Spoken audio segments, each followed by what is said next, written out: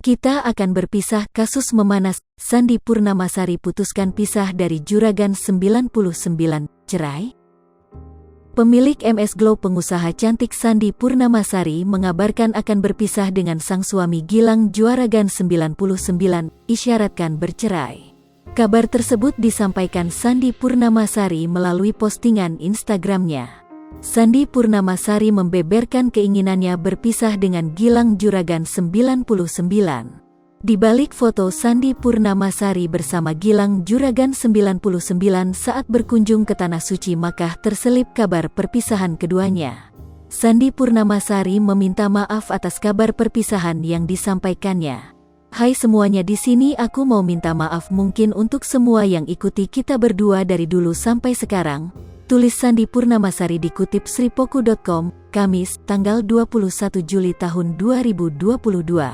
Ia menganggap keputusan yang akan diambilnya ini sudah dipertimbangkan sejak lama.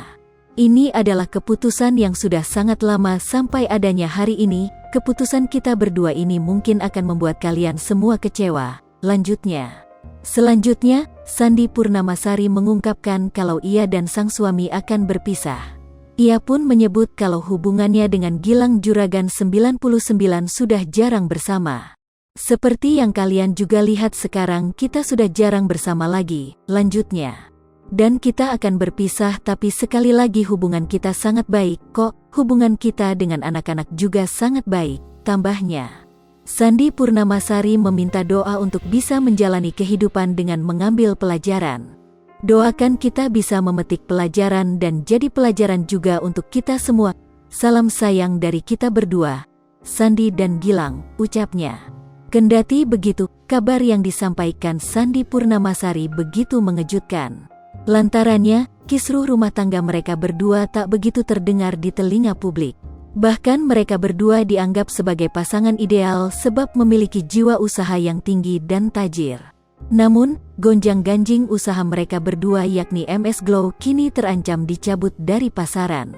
Sebab kalah dalam persidangan melawan Indra Siregar pemilik PS Glow.